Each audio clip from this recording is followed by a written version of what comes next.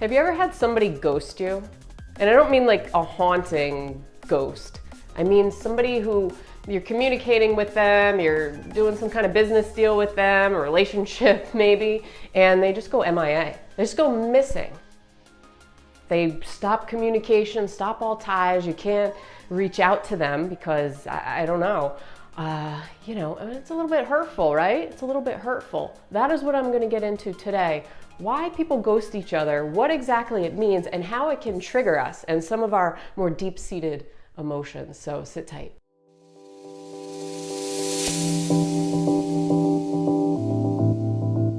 Welcome back to another video. My name is Jen. I help people reinvent their reality. So by request, I'm going to talk about the issue of ghosting today. Ghosting. What is ghosting? Ghosting is when, like I said, somebody just goes MIA on you. All right, and it's a little bit hurtful because maybe you're communicating with somebody, you're starting a relationship with somebody, you're doing a business deal, and poof, don't hear a word, don't hear a peep. And you're like, man, that was really hurtful, right? Why does it hurt us so much? So first of all, why do people ghost each other? Why do we do this as human beings? It's such a rude thing, right? Such a rude thing. Well, I like to say there's three main reasons. Number one, insecurity and fear. So maybe somebody doesn't have the money to, pursue this business deal, or maybe somebody's really not that into you in a relationship and they have their own insecurity issues, their own fears. They're too scared to speak up.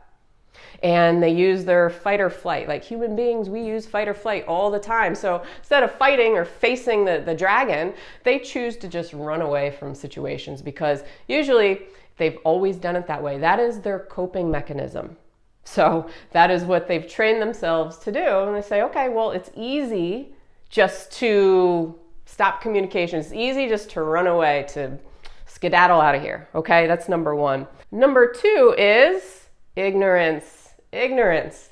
People just have no empathy for other people, all right? They're ignorant to the fact that what they're doing is actually hurtful to another human being.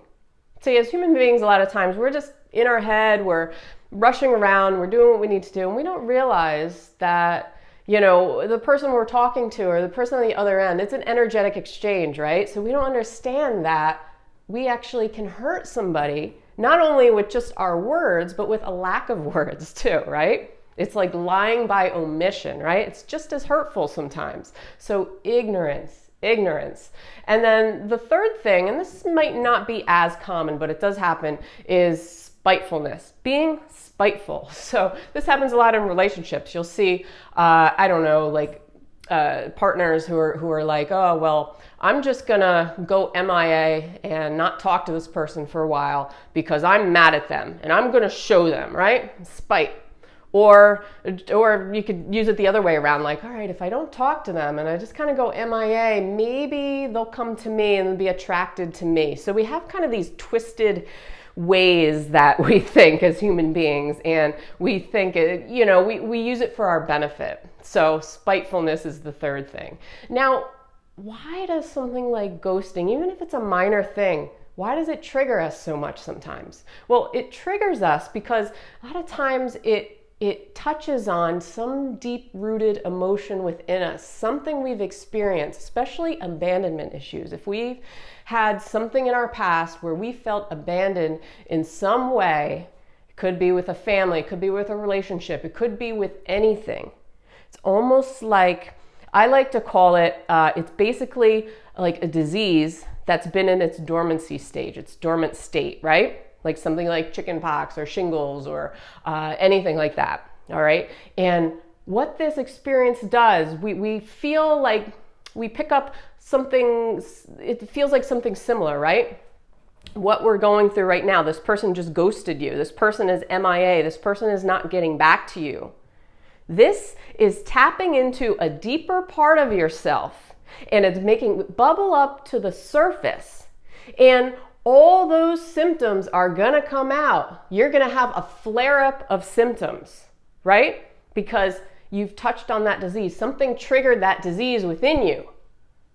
And now all the physical symptoms are coming up, okay? So even if it's minor, doesn't matter what it is, it can still touch on those deep deep-seated emotions.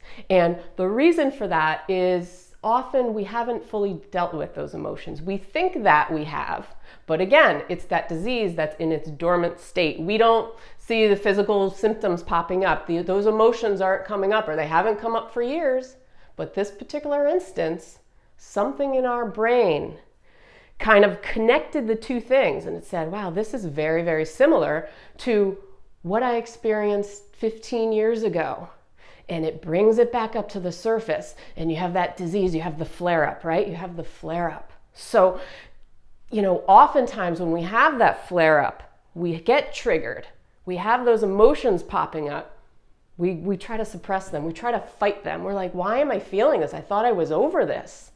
And we either push them down, we fight them against it. But, understand that that is kind of like feeding the monster. So it's going to get stronger and stronger and stronger until we actually deal with those things, okay? And sometimes it's okay. We think we've dealt with them, and nope, somebody triggers us, and here they come. They're back up. They're back up. I thought this rash went away. Oh, here it is. I don't know. I was exposed to something that just triggered it, and now I'm itchy, and the skin is raw, and all that kind of thing. So shit, now I have to deal with it again, okay? So it's not about, putting a topical cream on, right? Because that's just going to push it down again. It's going to suppress, it's going to bring it back into its dormant state. You have to actually dig deeper and get to the root, okay? Get to the cause of the disease, get to the cause of your triggers, all right? Now, you probably know that you have them, but chances are they haven't been fully dealt with, okay? So this is why, guys, sometimes